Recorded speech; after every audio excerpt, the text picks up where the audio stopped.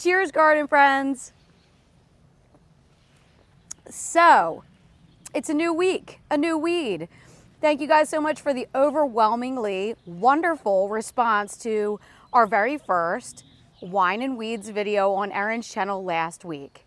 I think there is plenty of wine and weeds to go around, so we're happy to continue this series on. So you'll notice 2 tools in one. This is one of my favorite tools. Firstly, okay, so I'm drinking Angry Orchard hard cider today. I love Angry Orchard. None of this is sponsored, by the way. You know, we're just showing you drinks and things that we like in the garden. So this is one of my go-tos. If you guys have been following me for a while, especially on Instagram, you'll see that I like to break this tool out from time to time. This is the Sneebor garden trowel with bottle opener. I'll link to this down below. And so today we're out in the front garden. And I'm gonna share a weed that is a real nemesis of mine. And it's this guy right here. You might be thinking, oh, clover. Oh yeah. No. This is creeping wood sorrel, Oxalis. There are many, many varieties, and a lot of times, oftentimes, these crop up from being transferred from actually nursery cans from nurseries and then spread rampantly. I have a bunch of clover in my lawn, and I'm going to flip the camera around and show you that real quick. So this is my clover lawn, you guys. And one of the reasons I love it is because the bunnies love it too. And we've got a lot of them here. Keep to the lawn and don't munch on the flowers as much. I'd say 90% of the time they are in my lawn. I actually wrote a blog post about why I love it, and I'll link that down below as well. But just to show you, here is the difference between clover and the wood sorrel I just showed you. This gets pretty white flowers that are actually wonderful pollinator magnets. I could talk about it all day, but I will not. Also intermingled is some of that wood sorrel. So once you get a little bit of this into your garden bed, it's really gonna take off. It spreads. It's not unpleasant looking. It doesn't choke out your other plants. It doesn't cause any problems. As you can see, I even have some coming up here in my petunias. So really, and this is the best method, if you go to pull and you just give a tug, you may get some of the roots. It just rained a bit, but see, I didn't really get the roots there. It just snapped right off when I pulled it. So you really want to get your trowel in there, find your root right here, nice sharp trowel, and just dig down a little bit, loosen up the soil there, and then you'll be able to get the whole plant out. Now, both the wood sorrel and clover are edible. I'm not eating these, but you can see I got the full root here. It's just maybe even a relaxing exercise. Maybe you're just, you know, you want to get out and potter around in the garden a little bit. You come out and, you know, after a little bit of time, you just loosen it up like this. And make a little pile, go along, get them out. And once you do that, you know, you'll really be able to clear up your problem pretty quickly. So let me show you another way to get rid of this weed. Now in my pavers, you'll see I have all sorts of goodies coming up in between my pavers. Oh, but look how sweet this is. I have a little viola that's self-seeded in here. I just think that looks so cute, so I left that there. But I also have the Oxalis coming up here in between the pavers, along with other weeds and some crabgrass and things like that. So you can use this method on absolutely any weeds.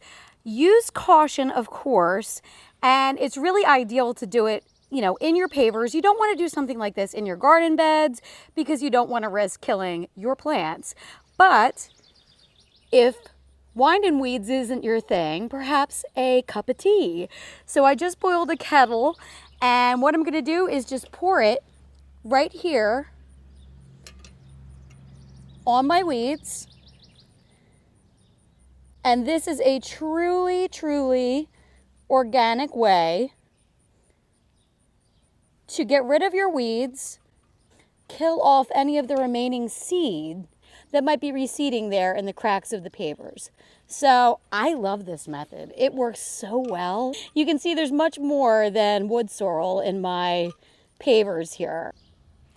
So now let's join Erin in her garden and see what weed she's battling and what drink she's having today.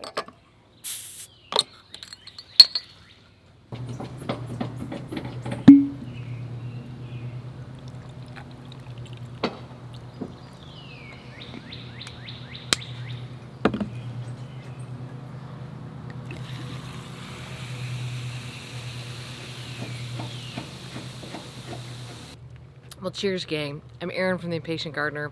This week's cocktail is something a little stronger than last week.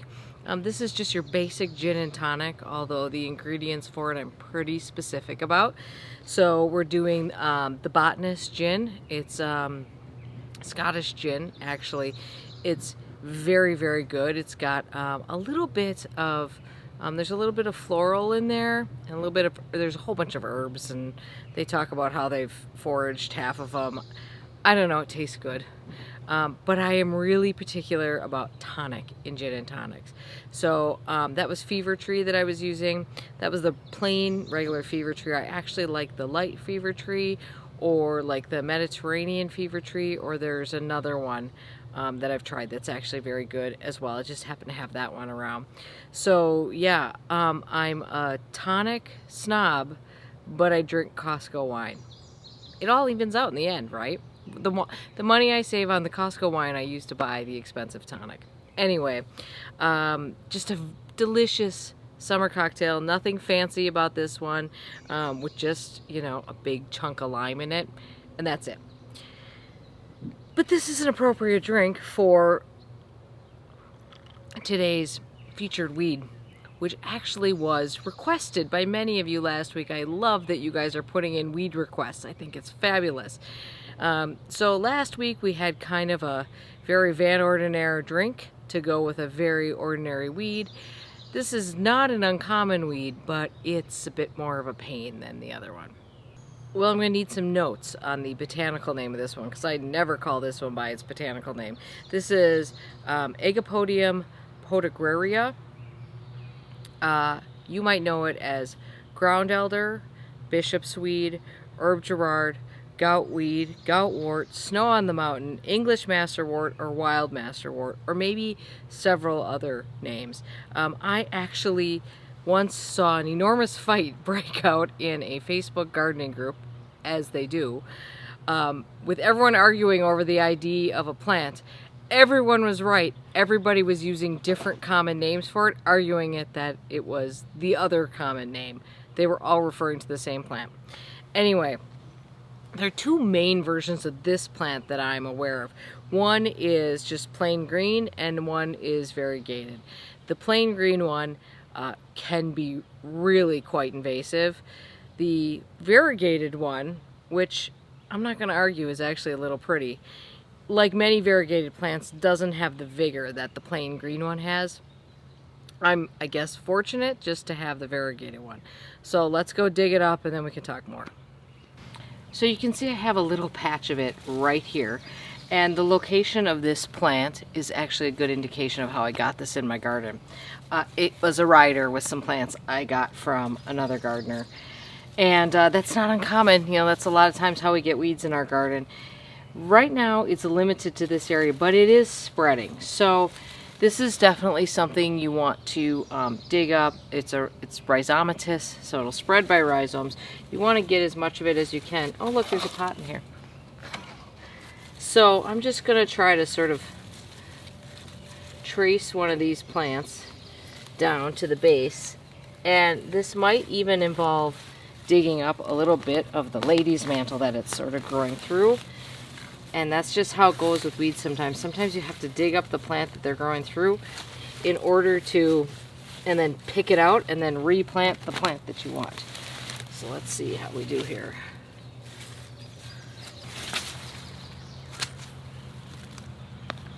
There we go. Okay. So we got at least a few roots, not a lot. But the important thing with this weed, as with most other weeds, is at least don't let it flower. Once you let these things flower, all hell can break loose. And actually, in this case, with a variegated one, you might end up with a seedling of straight green, and then it's really gonna start running. So this comes in as a ground cover. Somebody introduces it for its ornamental properties, and it spreads, you know, well as a ground cover, keeps weeds out, and then it turns into a total thug. Now there are some people who might choose to actually grow the variegated kind. I would never ever suggest growing the straight green kind for any particular reason whatsoever. But there are people who grow this variegated kind in sort of a larger area that they have contained, and they keep an eye on it and they keep it in that area. If you want to do that, I think that's totally fine. For me, I do worry about it taking over, so I do try to get in that. I know where it is. It's that little patch. Clearly you can see it's hard to dig out, which is why I still have it after years of keeping after it. But I find that even pulling it out and digging it out and not getting the full root, which is extremely hard without, like I said, fully digging up those plants in the heat of summer, which I don't really want to do, I find that even just keeping on top of it is enough to sort of manage the problem. If you have the full green one, we're talking all out assault. Get in there, dig deep, shake through that soil, try to really get all those rhizomes out of there. A one and done situation is not going to work. This is something that apparently something like Roundup works well on. If you need to go that route, and if that's a route that you choose to go. Obviously there are other solutions you could try before you got to that. But you do want to dig, and I would say if you have this variegated one, maybe you want to employ a strategy like I do, which is just keep an eye on it, make sure it doesn't go nuts. Alright, so that is the dreaded bishop's weed, gout weed. What were all those other names we came up for it? All of those things, same plant. Most people hate it. Alright, that's it from me for this week. Cheers. Have a great weekend. So next week, you don't want to miss it, over on Erin's channel at The Impatient Gardener, we're going to have a special guest mixologist. So definitely keep an eye out for that. We thank you all so much for watching. Cheers.